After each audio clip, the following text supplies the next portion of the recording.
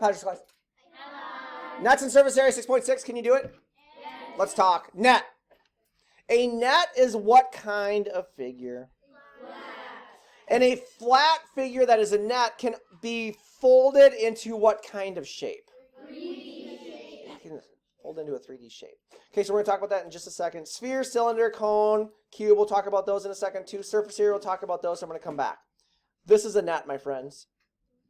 This net actually, when folded, makes a cylinder. Water bottle, right? Yes. This is the top of your water bottle. This is the bottom of your water bottle.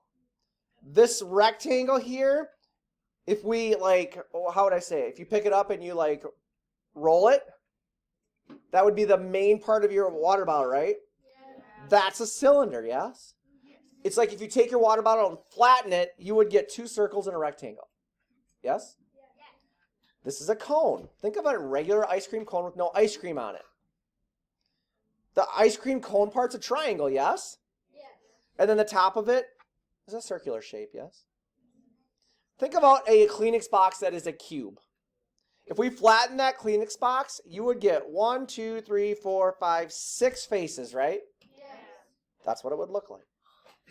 Another Kleenex box, but this time it's a rectangular prism. If you flatten the Kleenex box, that's what you would have. Does this make sense? Yes. We'll keep practicing those in our homework. Okay, the second thing we worked on was surface area. To find surface area, you must find the area of each, and then do what with them? Add them together. How many faces does this rectangular prism have? 6. 6?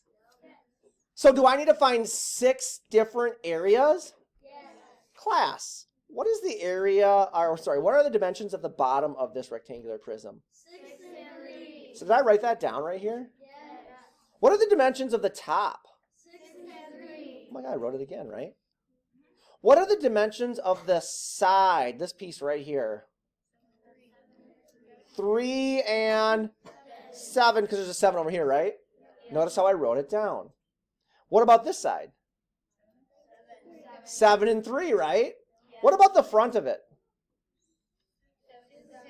7 and then the back would be 7 and 6 too, right? So I found the area of all my faces, and in order to find surface area, I simply take the area of each face and add them together, yes? Sound good? Yes. How many faces does this shape have? 5. How many plugins do I have? 5. These are my areas, yes? Add them all together, and this is my total surface area. Does it make sense? Yes. You feeling okay about this?